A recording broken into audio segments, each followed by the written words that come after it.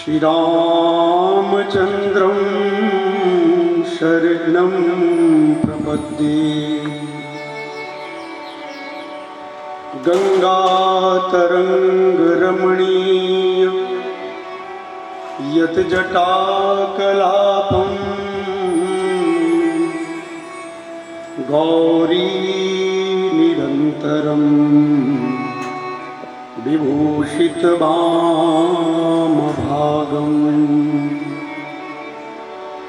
नारायणं प्रियमनङ्गमलापहारम्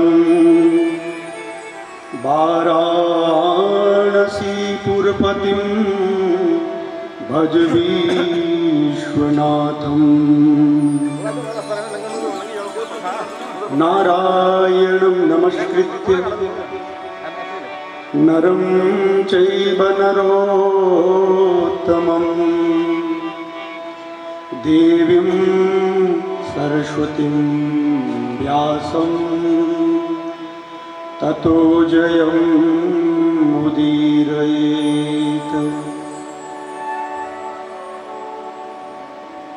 मनोजवं मारुततुल्यवेगं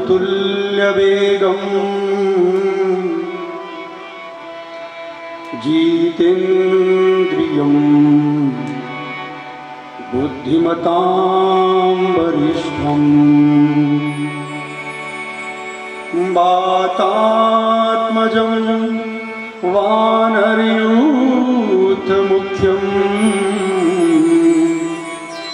श्रीरामदूतं शरणं प्रपद्ये।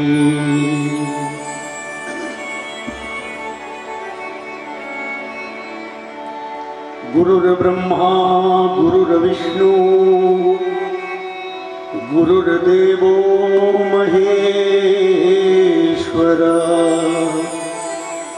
गुरु साक्षात् परब्रह्म तस्मै श्री गुरवे नमः।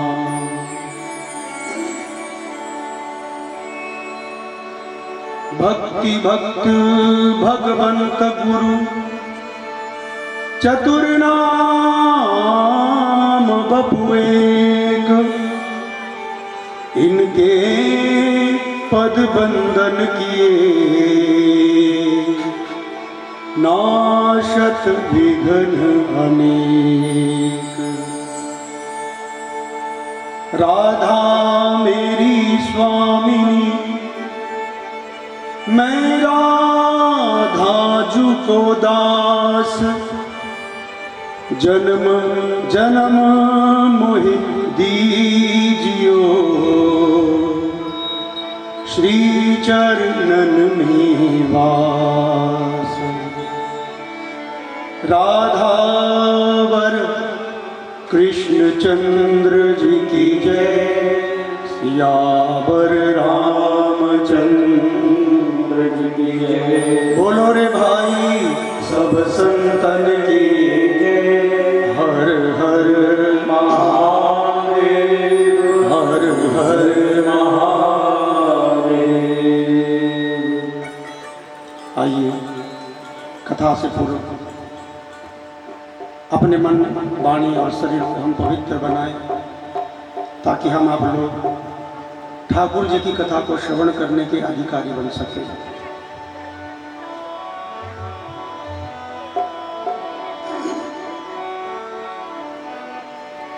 हे नाथ दया करके मुझको ना भुला देना। हे नाथ दया करके मुझको ना भुला देना। हे नाथ दया करके मुझको ना भुला देना। हे नाथ दया करके मुझको ना भुला देना। मैं शरण पड़ा तेरी, मैं शरण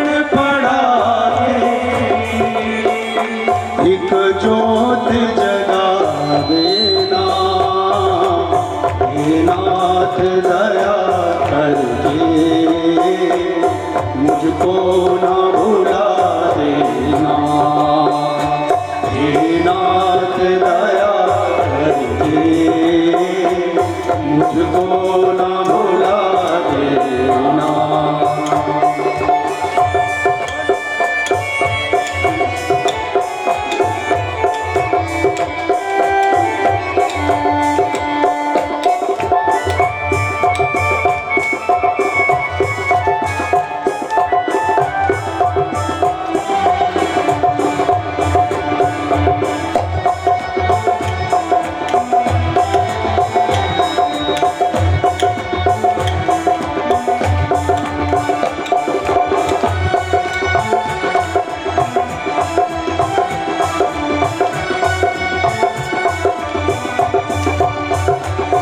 करुणानिधि नाम तेरा करुणा बरसाओ तुम।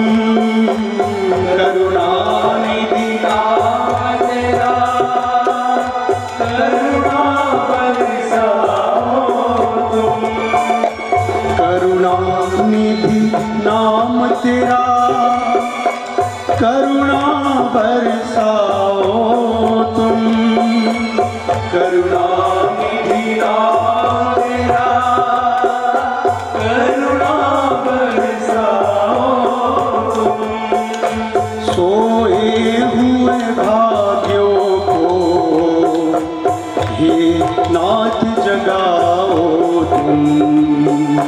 सोए हुए भाग्यों को हे नाथ जगाओ तुम। मेरी नाव भंवर डोले इसे पार लगा देना। मेरी नाव भंवर डोले इसे पार लगा देना। हे नाथ दया करके मुझको ना भुला देना।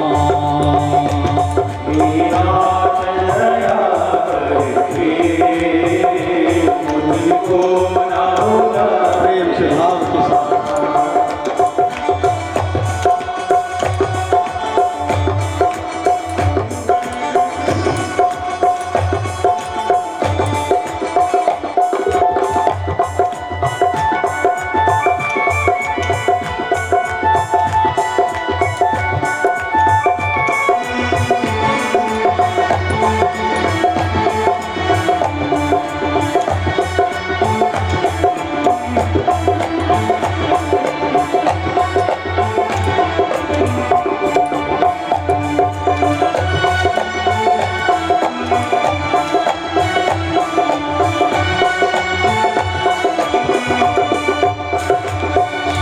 के तुम सागर हो निर्धन के सहारे हो। सुख के तुम सागर हो निर्धन के सहारे हो। सुख के तुम सागर हो निर्धन के सहारे हो। तुम सारे हो निर्दय के सहारे हो। इस तन में समाए हो मुझे प्राणों से प्यारे हो। इस तन में समाए हो मुझे प्राणों से प्यारे हो। नित मांग करूं तेरी कभी दिल से भुला लेना। नित मांग करूं तेरी कभी दिल से भुला लेना। हे नाथ दया करके मुझको न भुला देना। हे नाथ दया करके मुझको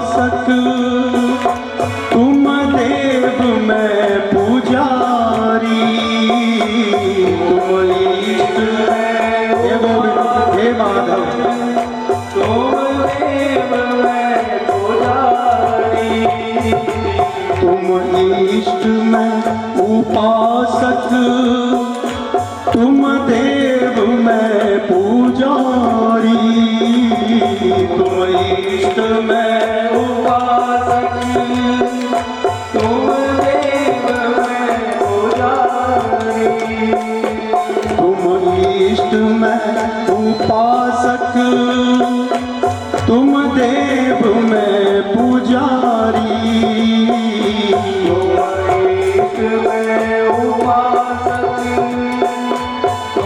मैं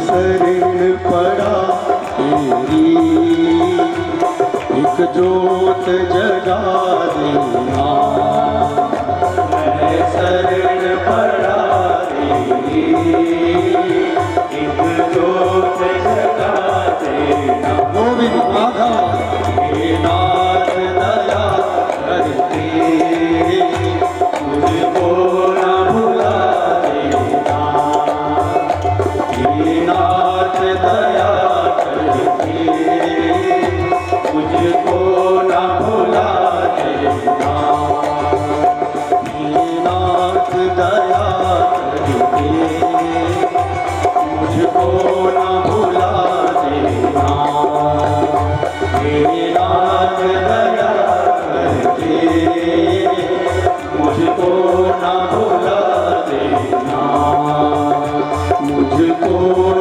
भुला देना, मुझको न भुला देना, मुझको न भुला देना।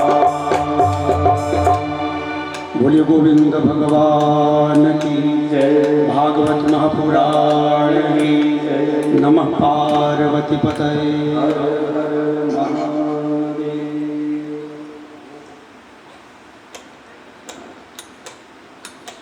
निखिल कोटि ब्रह्मांड नायक परात्पर अखिलेश्वर,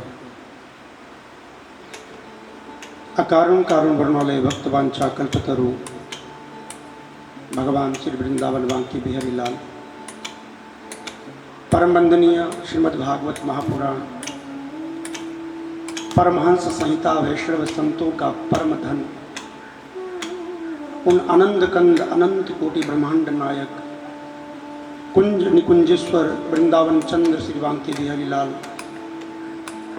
और विश्वानुनंदिनी आनंद कंदिनी पराम्बा भगवती माँ राधा रानी जी का बांगमय स्वरूप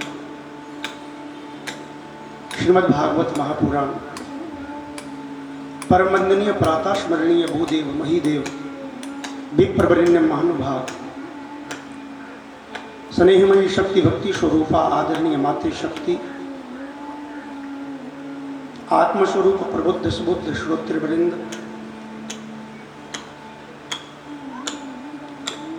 बालक बालिकाश्य,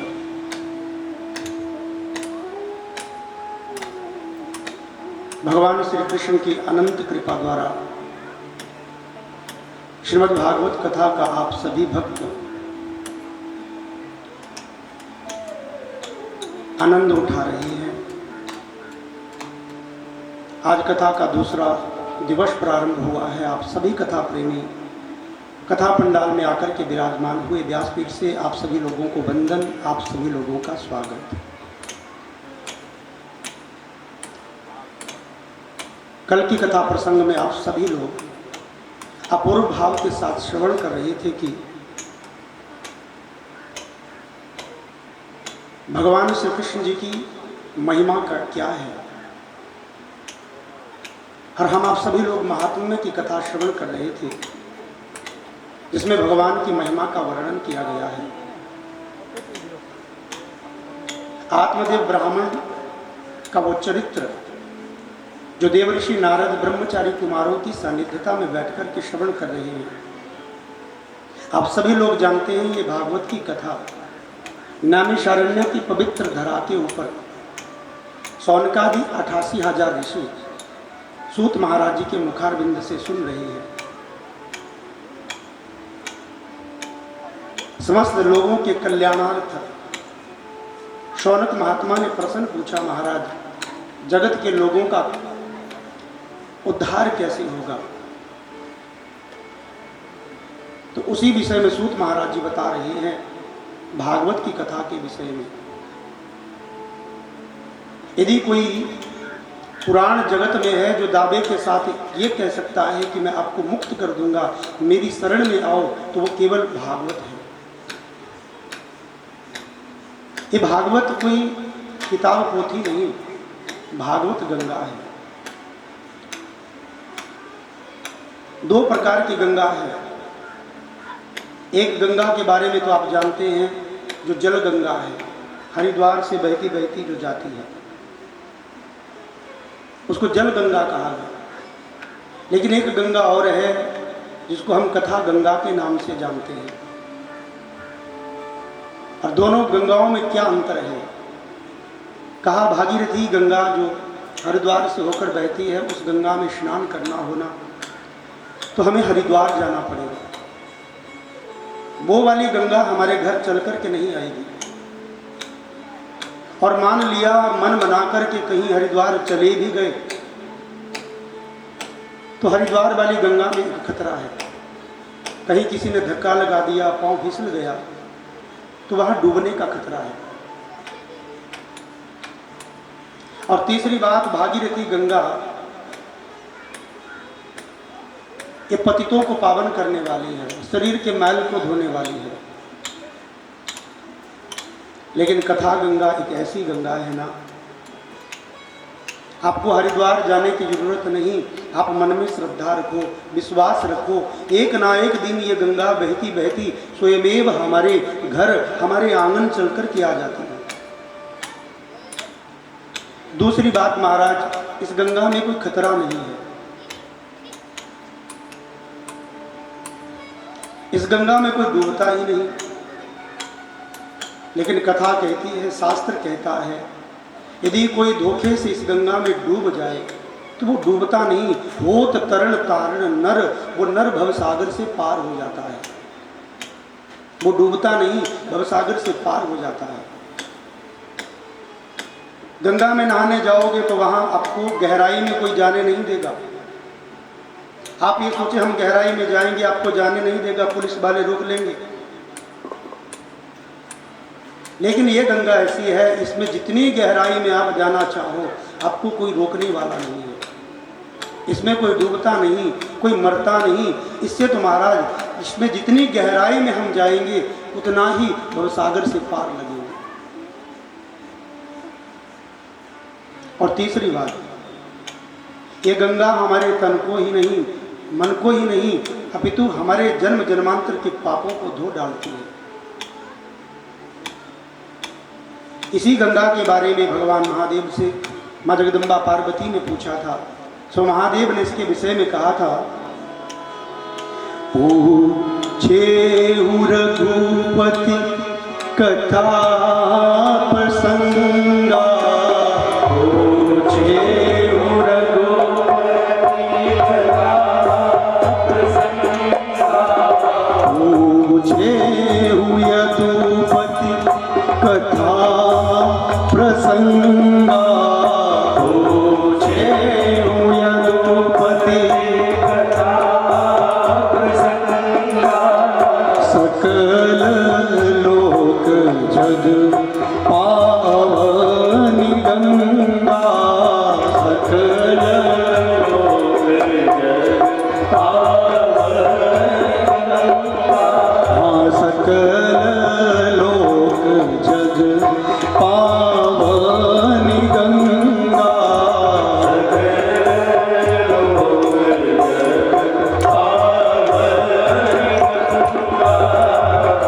पूछे हूँ रघुपति कथा प्रसंगा, सकल लोक जग पावनी गंगा।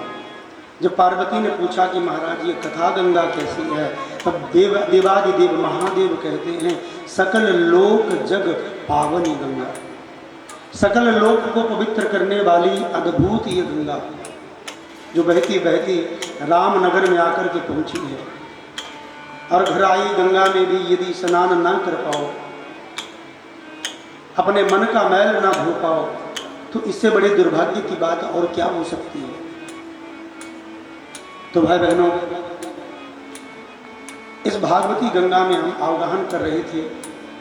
कल की कथा प्रसंग में हम आप लोगों ने सुना कि आत्मदेव ब्राह्मण के घर में एक पुत्र हुआ, दत्तक पुत्र, जो आत्मदेव ने गोद लिया था। और जब वह पुत्र बड़ा हुआ तो माता पिता को कष्ट देने लगा। मदिरा पीकर रोज आता है, अपने पिता को गले से पकड़ता है, पीटता है, और अपने पुत्र के कुकृत्य से दुखी होकर वो आत्मदेव ब्राह्मण घर के बाहर, दरवाजे के बाहर बैठकर रो रहा था। तो उनका वो छोटा बेटा गोकर्ण आत्मदेव ब्राह्मण के पास आकर पहुंचे, अपने पिता को देखा तो पिता के आंसुओं को पोंछा, कहा, पिताजी आप रो रहे हैं, क्या बात है। तब आत्मदेव कहता है, बेटा क्या कहूं, आज तुम्हारे बड़े भाई ने मुझे बहुत पीटा, बहुत मारा है। पुत्र, इससे तो अच्छा होता कि मैं निसंतान रहता, मेरे कोई पुत्र ना होता। देखिए कथा में विचार कीजिए, पहले आत्मदेव ब्राह्मण रो रहा था इसलिए कि मेरे घर में कोई संतान नहीं है, कोई पुत्र नहीं है, और अब आत्मदेव ब्राह्मण रो रहा है क्यों, कि मेरे घर में ऐसा पुत्र क्यों पैदा हुआ जो हमारे कुल को डुबो रहा है। अजात मृत मूर्खेभ्यो मृता जातो सुतो वरम यतस्तो स्वल्प दुखाय यावत